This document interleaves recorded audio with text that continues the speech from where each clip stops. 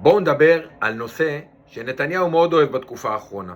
הוא לא מפסיק פמפם אותו בנאומים שלו, כולל בנאום אתמול.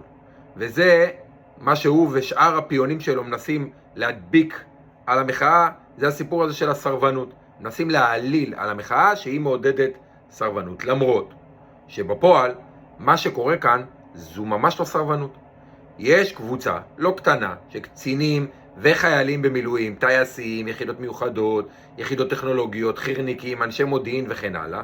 חלק גדול מהם, חשוב להגיד, מתנדבים למילואים ולא מחויבים בכלל בשירות. אז האנשים האלה התריעו שאם המבנה המשטרי של ישראל משתנה מדמוקרטיה, מה שיש לנו היום, לדיקטטורה, אז הם לא בטוח שימשיכו לשרת. כמו שנדב ארגמן, ראש השב"כ לשעבר, אמר, אנשים התחייבו, הוא אמר את זה בהקשר אחר, אני עושה פרפרזה, אנשים התחייבו לשרת את הממלכה ולא את המלך.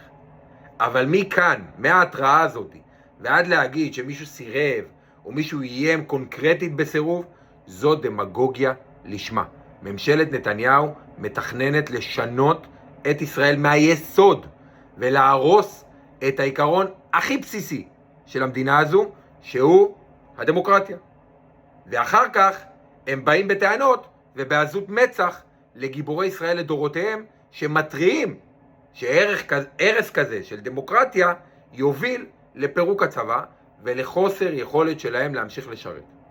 זה כמו שמישהו, פלוני נגיד, יגיע לאלמוני עם אקדח ויאיים לרצוח אותו. ואז האלמוני שמאיימים עליו ירים לום לתקוף בחזרה. ואז זה שיאיים האקדח ילך למשטרה ויתלונן על זה שניסו לתקוף אותו. אתם אלה שתוקפים את הדמוקרטיה הישראלית. אתם אלה שהורסים פה, אתם אלה ששוברים את כל הכללים. הקצינים והחיילים האלו רק מטריעים בפניכם על המשמעות של מה שאתם עושים. אבל אם כבר מדברים על סרבנות, אז בואו נדבר עליה עד הסוף. בואו נתחיל לדבר על סמוטריץ' הצבוע, שדחה את הגיוס שלו ב10 שנים. 10 שנים, יעני בשביל ללמוד תורה, אבל על הדרך הוא הספיק לתקתק 2 תארים, כי הוא למד ליבה והוא רוצה ללמוד, הוא רוצה שהמסכנים לא ילמדו, ואז כשהאדון הגיע לצבא, הועיל בטובו להתגייס, הוא התגייס לשירות מקוצר בתור רל"ש, 16 חודשים בלבד. אותו סמוטריץ' כתב מאמר לפני כמה שנים בעיתון בשבע וסרוגים, שבו הוא קורא, שימו לב, לצעירי הציונות הדתית להשתמט משירות סדיר, לא מילואים, לא התנדבות, שירות סדיר. תבינו את הצביעות. הוא כותב בין היתר ככה: חייבים להציל את הצבא מציפורני הפוסט-מודרניזם הקיצוני. הדרך לעצור את הטרור של ארגוני המגדר על הצבא היא יצירת לחץ נגדי. הנוער הדתי ידלג על מחזורי הגיוס, שימו לב, עד שיתאפשר לו שירות בתנאים הולמים. אתם מבינים את הצבוע הזה? בגלל שהוא מפחד מנשים עם טיפה חולצה חשופה, הוא רצה שלא יתגייסו, האפס הזה. עכשיו בואו נדבר על נתניהו, שהיה קצין בסיירת מטכ"ל. ממש היום, שלומי ריזמן, מי שהיה מג"ד שלו במילואים, כתב לו מכתב, ובו הוא אומר, בין היתר את הדברים האלה, לנתניהו, במלחמת לבנון הראשונה, שיתף אותי דני בית, שזה מי שהיה המפקד של ביבי, שהוא כבר נפטר מאז, שהטיל עליך, אותו דני בית הטיל על נתניהו, משימה במסגרת מילואי היחידה. אבל היא לא הייתה לרוחך. אז הברזת לו ונעלמת. בהמשך, הייתי מג"ד המילואים שלך, הוא מספר, באותן שנים קראנו תחת הנטל, וכל אחד מחבריך צעיר או קשיש עשה 40 עד 70 ימי מילואים בשנה. חלק אפילו הגיעו במיוחד מחול. ואתה, נתניהו, עשית מספר אפסי של ימי מילואים, ולכן גרעתי אותך מסד"כ היחידה. אתם מבינים? גרעו אותו מסד"כ היחידה כי הוא לא בא למילואים. ראש הממשלה. עוד קצת על נתניהו ומשפחתו, ועל סרבנות מימין. ב-2004-2005, לקראת ההתנתקות מעזה וצפון השומרון, הייתה קריאה מצד לא מעט רבנים ובחירי ציבור לסירוב פקודה. לדוגמה, הרב אברהם שפירא, זיכרונו לברכה, שהיה מגדולי רבני הציונות הדתית, אמר בזמנו, חיילים ושוטרים יראי שמיים צריכים להבהיר כבר עכשיו למפקדיהם, שכשם שלא יחללו שבת ולא יאכלו טרפות, כך לא יעקרו יהודים מבתיהם. גם הרב זלמן מלמד ועוד רבנים אחרים קראו לסירוב פקודה. לא כולם כמובן, אבל היו לא מעט. לסירוב פקודה סביב ההתנתקות. אבל לא היו רק רבנים. היו שם גם אישי ציבור ואנשי רוח וכן הלאה. בין אישי הציבור שחתמו על עצומות, אתם יודעים מי היה? הפרופסור בן ציון נתניהו, זיכרונו לברכה, ודוקטור עידו נתניהו. אם שם המשפחה מוכר לכם, זה כי מדובר באבא של ביבי ואח של ביבי. אבל הסרבנות מימין לא נעצרת. היא לא נעצרת בסמוטריץ', היא לא נעצרת בהתנתקות, היא לא נעצרת במשפחת נתניהו, היא לא נעצרת בחרדים שלא מתגייסים, או בישיבות ההסדר. כבר בשנות ה-90, סביב ההתקדמות של הסכמי אוסלו, היו קריאות לסרבנות מצד רבנים ואישי ציבור.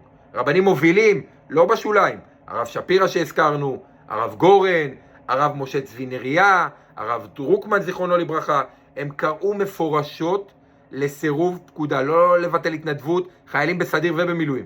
בכל מקום בו יידרשו חיילים או שוטרים לפנות אפילו בסיסי צה"ל, ככה הם אמרו, מתוך שטחי יהודה ושומרון או עזה. לא יישובים, אפילו בסיסים הם אמרו לסרב פקודה, ואני אפילו לא מתחיל בכלל מלדבר על הסרבנות לשירות של החרדים, שמשרבים לשרת כבר עשרות שנים, או הסרבנות לשרת שירות מלא מצד ישיבות ההסדר שמשרתים ברובם שירות חלקי. אז איך אין לפוליטיקאים האלו בושה לקרוא לטייסים מתנדבים או ללוחמים וקצינים במילואים שמזהירים שיהיה להם בעתיד קשה להתנדב, איך הם קוראים להם סרבנים, ולספר שהם מחלישים את ביטחון ישראל. איך? ומי זה גם אותם אלה שמרשים לעצמם לנגח את המילואימניקים? מי? גלית דיסטל, שהייתה מש"קית ת"ש בצבא ונשואה לאנרכיסט אנטי-ציוני, היא נגד גיבורי ישראל. סמוטריץ' הרל"ש שהתגייס בגיל 28, וטורי הרס"ל, טלי גוטליב שלא שירתה דקה בצבא, גולדקנופ, בן גביר שלא שירתו יום.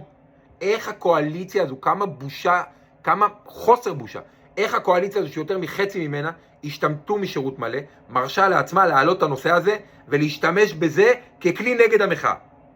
הזוי, פשוט הזוי. עכשיו שלא תבינו אותי לא נכון, אני לא מצדד ואני לא מבקר את הקצינים והחיילים האלו במילואים.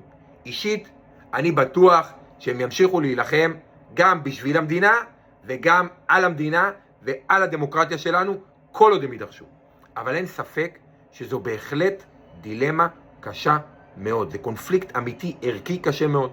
אם מסתכלים על זה בצורה יבשה, ישראל משנה את מבנה המשטר שלה, ואנחנו עוברים, חס ושלום וזה יקרה, ואנחנו עוברים ממשטר דמוקרטי למשטר דיקטטורי, אז כל ההסכמים בין האזרחים לבין המדינה מתבטלים, או לכל הפחות, אם הם לא מתבטלים, הם נפתחים מחדש להערכה.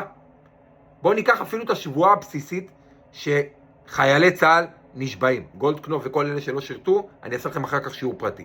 חייל בצה"ל נשבע ככה: הנני נשבע ומתחייב בעין צדקי לשמור אמונים למדינת ישראל, לחוקיה ולשלטונותיה המוסמכים, לקבל על עצמי ללא תנאי וללא סייג עול משמעתו של צבא ההגנה לישראל, לציית לכל הפקודות וההוראות הניתנות על ידי המפקדים המוסמכים, ולהקדיש כל כוחותיי ואף להקריב את חיי להגנת המולדת ולחירות ישראל.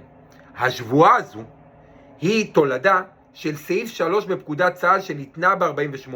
ב-48 הייתה פקודת צה"ל, ובסעיף 3 כתוב ככה: כל אדם המשרת בצבא הגנה לישראל חייב להישבע שבועת אמונים למדינת ישראל, לחוקתה ולשלטונותיה המוסמכים.